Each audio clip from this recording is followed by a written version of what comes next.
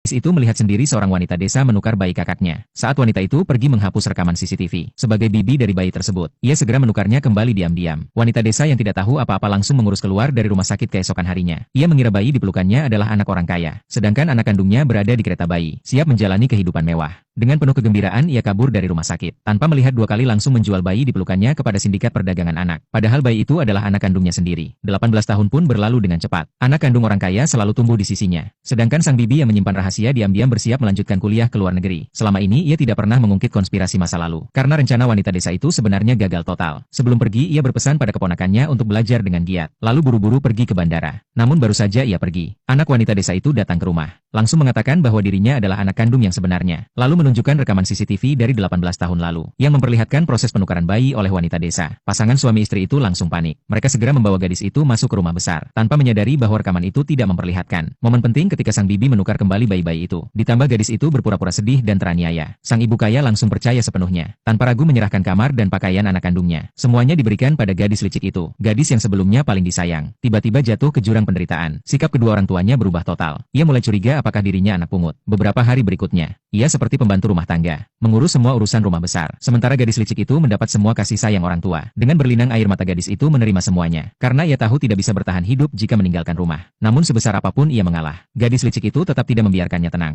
Bahkan sengaja pamer baju baru di depan wajahnya. Lalu memaksanya melihat saat ia mencoba pakaian itu. Dengan menahan rasa malu gadis itu menunduk diam. Namun tangannya tiba-tiba ditarik paksa. Gadis licik itu berteriak dengan mata merah. Bahwa kehidupan 18 tahun itu seharusnya miliknya. Menyuruh gadis itu sadar diri. Dan segera keluar dari rumah. Tiba-tiba terdengar suara langkah kaki dari lantai atas. Gadis licik itu langsung berubah ekspresi. Merebut mangkuk dari tangan gadis itu. Berteriak bahwa dirinya tidak mau disakiti. Lalu memecahkan mangkuk di lantai. Kemudian pura-pura tangannya terluka. Sang ibu turun ke bawah. Melihat kejadian itu, tanpa berpikir panjang langsung mendekat, dan memarahi anak kandungnya yang sudah diasuh 18 tahun. Ayahnya bahkan menampar gadis itu dengan keras. Pasangan suami istri itu mulai mengungkit masa lalu, mengatakan sejak kecil gadis itu tidak mirip mereka, pasti anak orang lain. Lalu memaksa gadis itu berlutut di ruang tamu selama 3 hari 3 malam. Sementara gadis licik hanya luka kecil di jarinya. Ayahnya sampai marah besar mengangkat botol dan melemparkannya ke arah gadis itu, sambil mengumpat menyesal telah membesarkannya. Saat wajah gadis itu berlumuran darah dan air mata, hampir pasrah menerima semuanya. Tiba-tiba wali kelasnya datang ke rumah.